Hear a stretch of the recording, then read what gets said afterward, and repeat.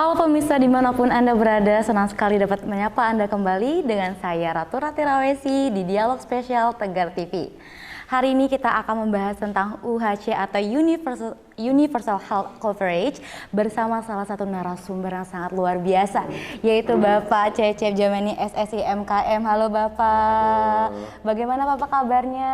Sehat, alhamdulillah. Alhamdulillah sehat. Beliau merupakan dari fraksi PKB dan juga merupakan anggota Dewan Komisi 4 Kabupaten Lampung Tengah. Luar biasa.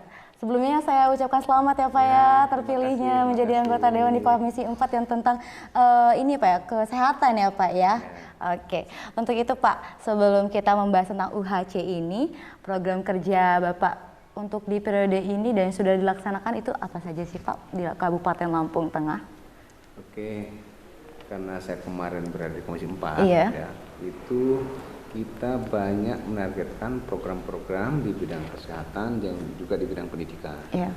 Untuk di bidang kesehatan, itu kita banyak lakukan program satu pengawalan dana PBI, penerima bantuan iuran untuk masyarakat tidak mampu. Kemudian yang kedua, renovasi untuk rumah sakit dan juga puskesmas. Oke. Ya, kemudian untuk pendidikan itu kita banyak renovasi untuk gedung-gedung SD dan SMP, kemudian laboratorium. Nah itu yang kita kawal di 2019 sampai 2023. 24 ini. 24 ya, 24 ini. Itu yang banyak saya kawal begitu. Ya termasuk infrastruktur lah, itu udah wajib karena masuk pelayanan dasar ya kan, infrastruktur juga. Tetapi saya memang banyak lebih mendalami di bidang itu, kesehatan, pendidikan gitu. Oke, untuk pembangunan di infrastruktur di Kabupaten Lampung Tengah ini Pak yang sudah direnovasi seperti puskesmas dan juga sekolah-sekolah itu sudah mencapai target belum Pak?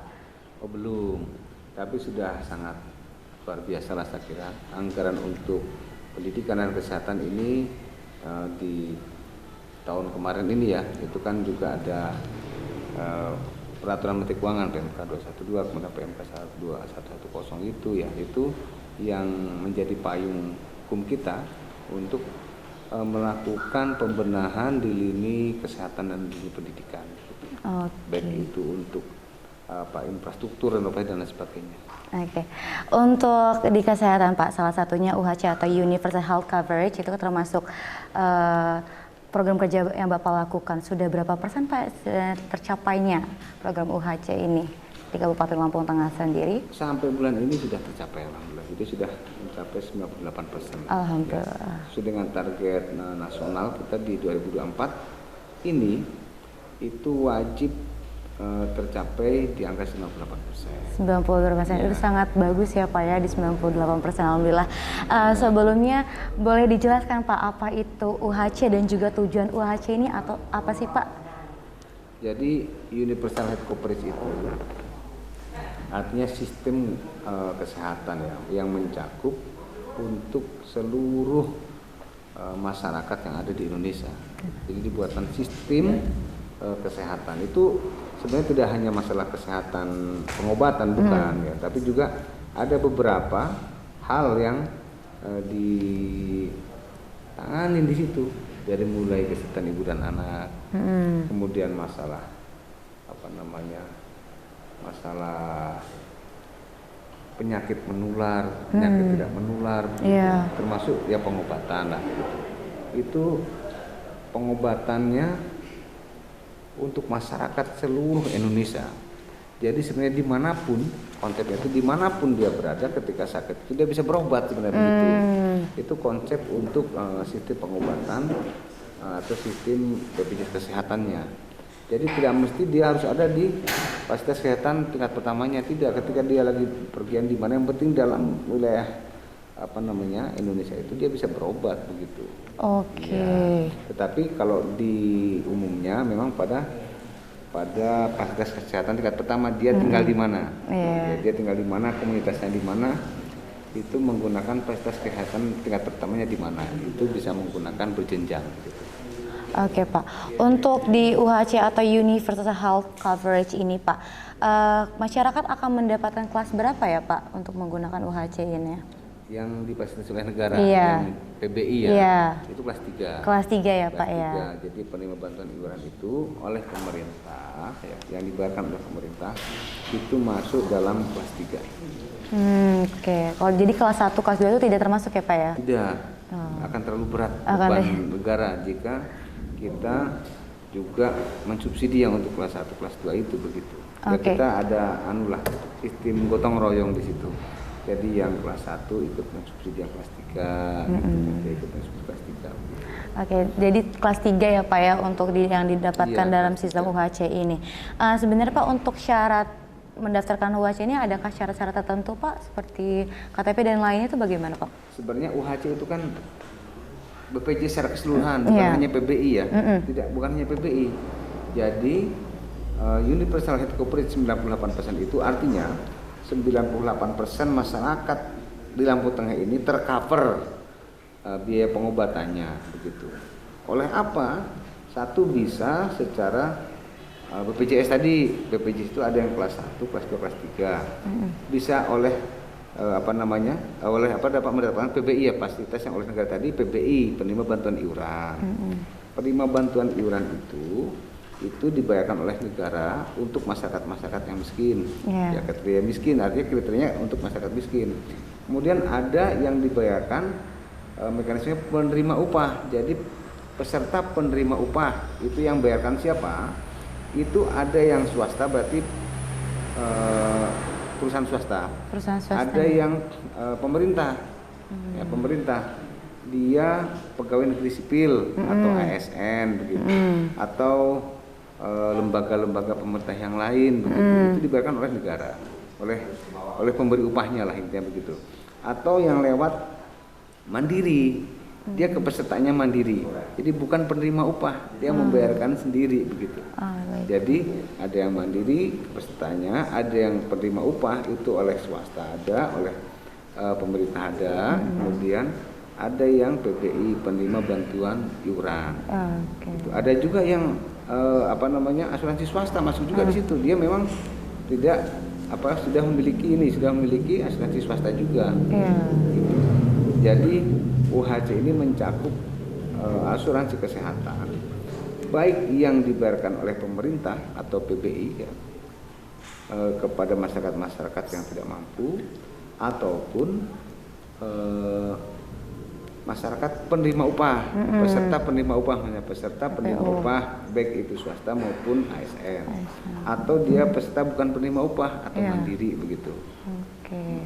Jadi itu ya Pak ya untuk dari UHC ini semua bisa ya Pak ya, bukan hanya BPJS aja tapi itu UHC ini untuk seluruh masyarakat. Iya, intinya UHC itu kan health coverage, jadi mengcover, iya, kalau bisa 100%, jadi tercover semua biaya pengobatan itu, artinya mereka sudah memiliki asuransi 100% untuk masyarakat Lampung Tengah begitu. Oke. Tapi minimal tadi 98% sudah tercover semua masyarakat Lampung Tengah oleh asuransi kesehatan. Makanya alhamdulillah kesehatan atau kesejahteraan masyarakat di Lampung Tengah sudah tercover ya Pak dengan programnya UHC ini. Alhamdulillah. Oke, mungkin kita akan melanjutkan ya Pak untuk TikTok dengan tentang UHC ini ya Pak ya. Oke pemirsa, jangan kemana-mana, tetap di Dialog Spesial Tegar TV. Setelah jeda pariwara berikut ini.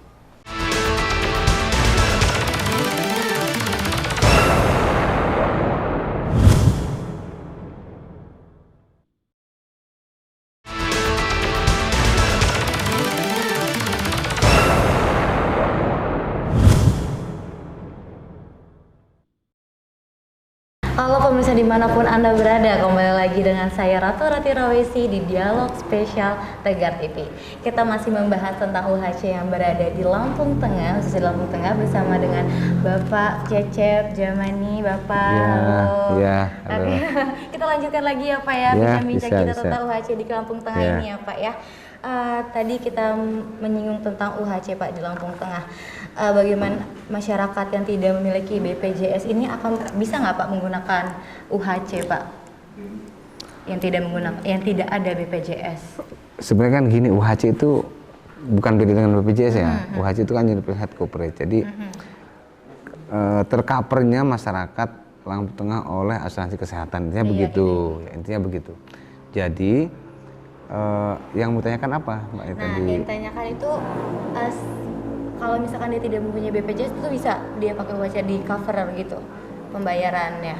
Ya dia punya asuransi atau tidak? Nah itu lagi balik lagi ke situ Iya, ya Pak ya. dia punya asuransi kesehatan atau tidak. Jadi kalau dia punya asuransi kesehatan swasta bisa untuk berobat.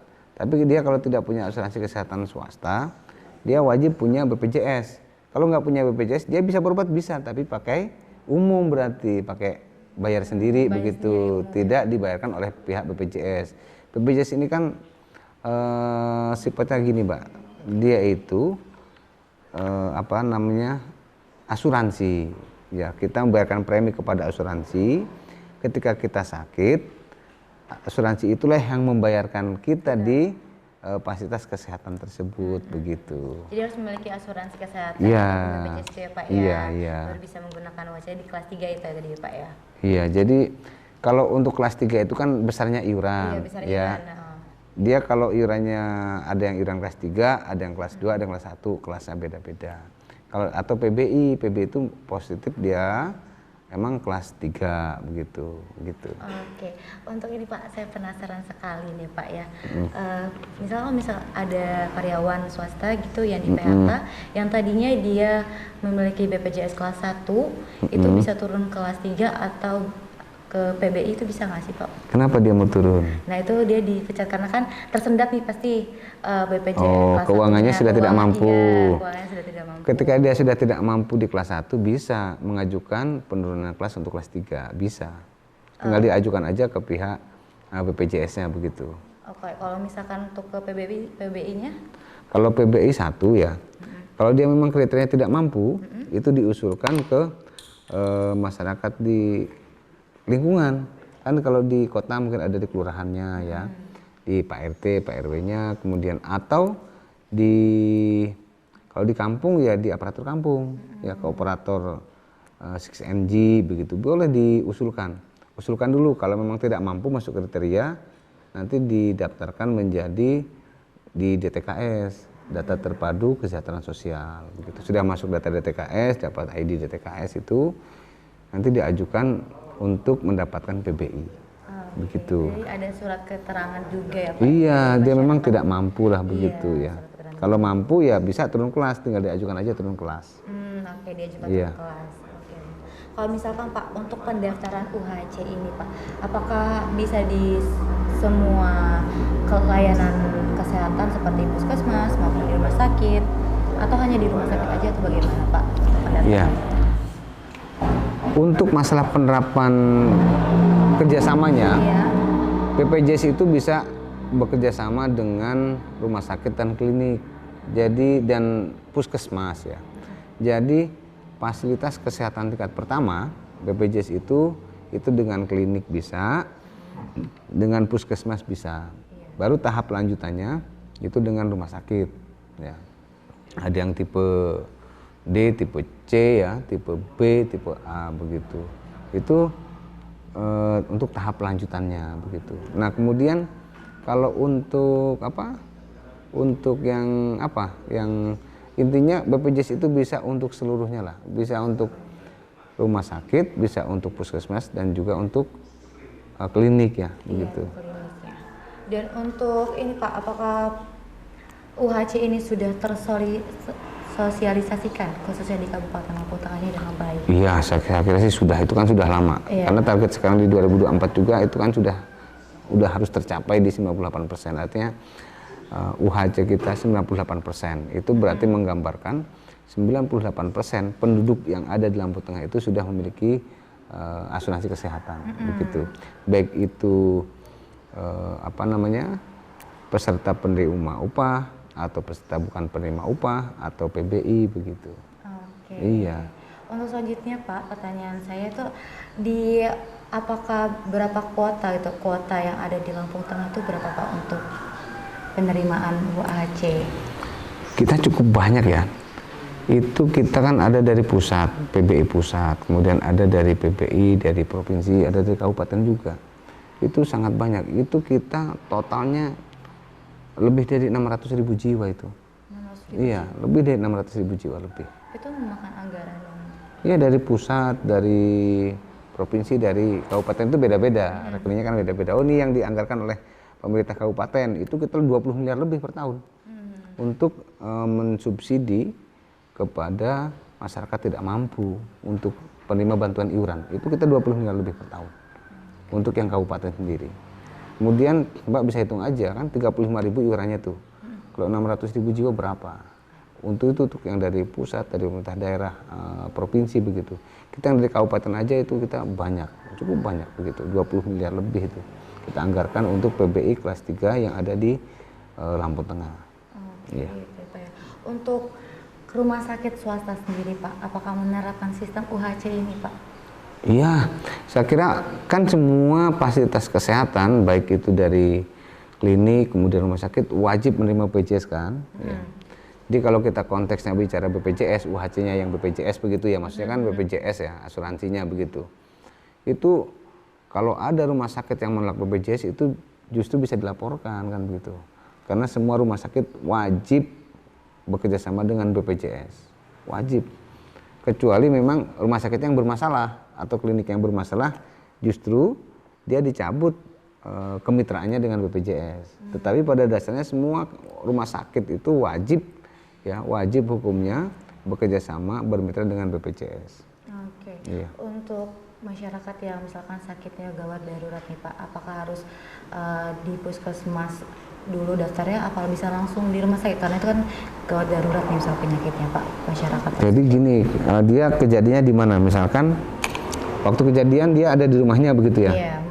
Ada di rumahnya ya, mesti di tingkat pertama dulu.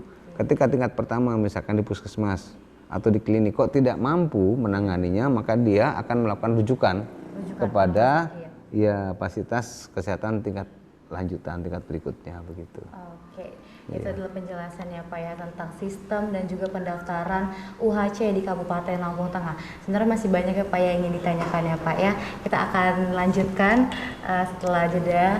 Dan pemirsa yang ada di rumah jangan kemana-mana, kita lanjutkan setelah jeda pariwara berikut ini. Oke.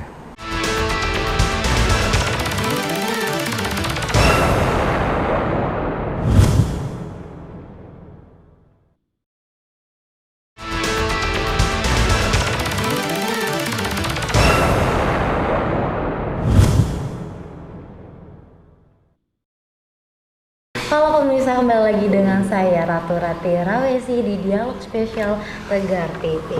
Tentunya kita masih membahas tentang UHC kesehatan yang berada di Kabupaten Lampung Tengah dengan narasumber kita. Halo Bapak. Ya, halo. Kita kembali lagi ya Pak Cecep ya. Kita membahas lagi tentang UHC di Kabupaten Lampung Tengah ini ya Pak ya. Oke, untuk pertanyaannya Pak, UHC ini apakah berdampak baik tidak untuk Kabupaten Lampung Tengah? Iya, saya kira sangat berdampak baik. Sangat berdampak baik ya, dan berdampak baik. Penerimaan dari masyarakat sendiri itu merasakan ya Pak ya, untuk layanan ini membantu mereka dalam pembayaran kesehatan di Kabupaten Lampung. Iya, jadi dengan tercapainya UHC 98% ini, secara garis besar lah, kita masyarakat Lampung Tengah sudah tercover 98% oleh asuransi kesehatan. Artinya jika ada yang sakit, 98% kita itu sudah terjamin, tidak perlu merogoh kocek sendirilah begitu, karena dia sudah dijamin oleh asuransi, oleh BPJS ini begitu. Jadi masyarakat kita sudah bisa menikmati fasilitas layanan kesehatan yang oleh BPJS dibayarkan kepada mitranya dengan rumah sakit. Jadi kita tidak perlu mengeluarkan uang sendiri, dan juga kita lebih mudah, tidak perlu lagi mengeluarkan pakai kartu BPJS. Dengan KTP bisa gitu loh. Oh bisa Pak ya, Ya langsung bisa. ya pakai KTP ya. Yang penting dia sudah menjadi anggota, sudah terdaftar di BPJS gitu. Kalau belum terdaftar walaupun pakai KTP ya enggak bisa. Oke, gitu. untuk KTP-nya harus bertempat di tempat yang dia. Iya. Jadi seperti sesuai dengan ini, sesuai dengan mekanismenya di fasilitas kesehatan tingkat pertama dulu begitu. Kemudian berjenjang kepada fasilitas kesehatan lanjutan.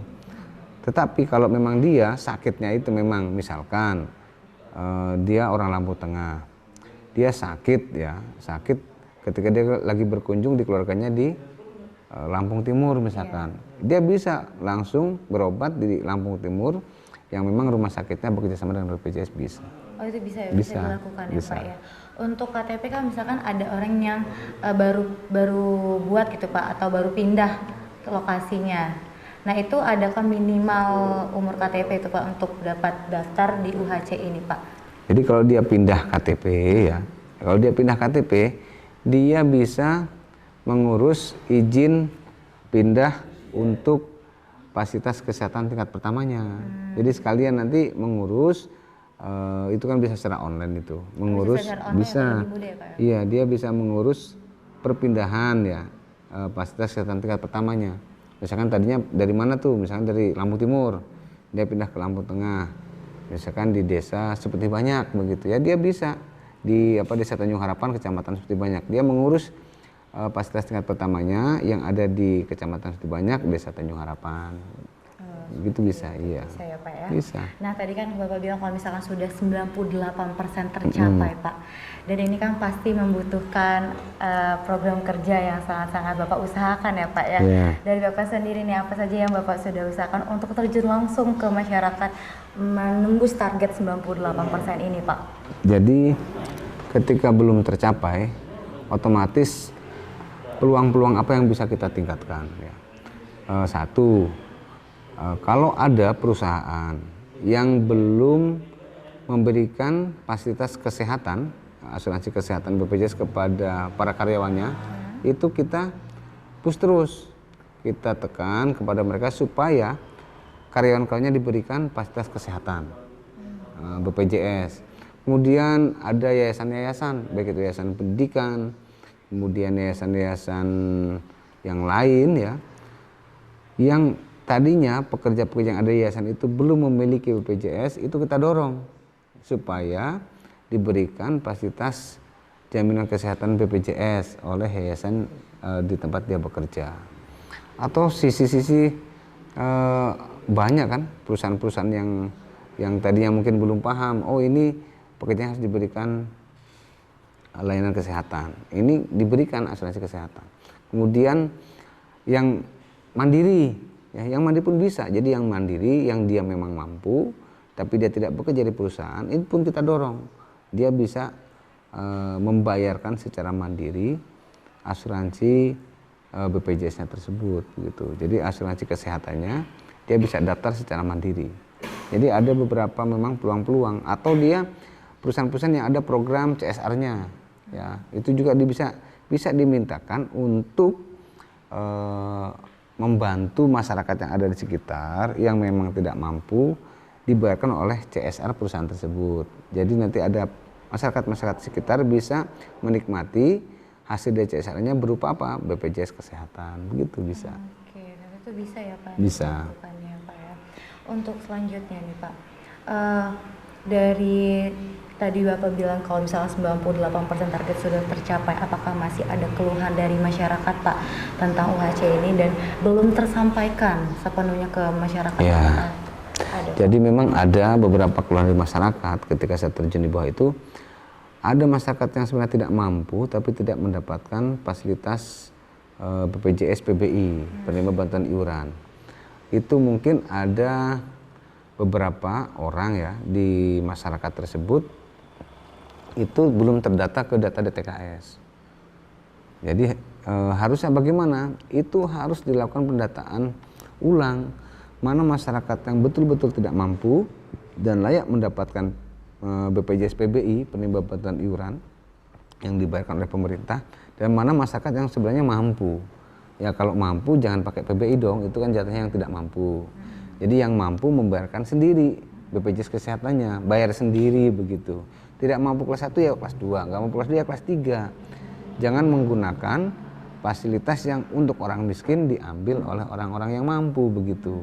Nah ini yang harus dibenahin. Jadi ketika ada yang masyarakat miskin kok tidak menerima bantuan iuran, lapor kepada aparatur kampung di bawah, laporkan keadaannya, memang dia tidak mampu. Nanti oleh aparatur kampung akan ditindaklanjutin begitu. Nah ini hal-hal seperti ini yang memang harus kita selalu pantau, karena mereka di bawah itu kadang-kadang tidak berani, sudah tidak mampu, kemudian tidak memiliki BPJS ya, juga PBI juga tidak. Akhirnya ketika mereka sakit, ini kan tentu mereka perlu mengeluarkan uang sendiri karena dia berobatnya pakai umum.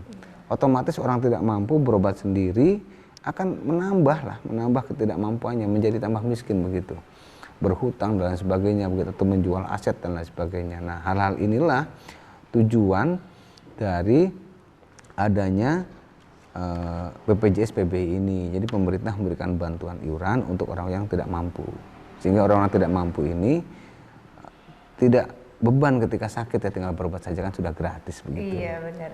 Ya, jadi untuk masyarakat yang di luar sana yang masih belum berani ya Pak ya untuk menyuarakan keluhan dari kesehatan ataupun pembayaran kesehatan, bisa langsung dibilangkan ke aparat setempat ya Pak ya, dan langsung bisa dibantu dengan pemerintah di Kabupaten Lampung Tengah ini. Oke, sebelum closing saya memberikan kepada Bapak untuk memberikan harapan atau closing statement kepada pemirsa masyarakat khususnya di Kabupaten Lampung Tengah Pak.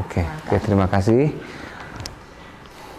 Saya harapkan dengan UHC yang sudah mencapai 98% ini masyarakat yang tidak mampu terutama, ini sudah tercover semuanya oleh BPJS Kesehatan PBI. Karena pertama, kuota PBI kita itu dari pusat, kemudian provinsi dan juga kabupaten itu sangat banyak. Ya, masyarakat miskin kita di Lampung Tengah dari data BPS itu sekitar 10,5% atau sekitar 150-an ribu jiwa lah begitu. Kalau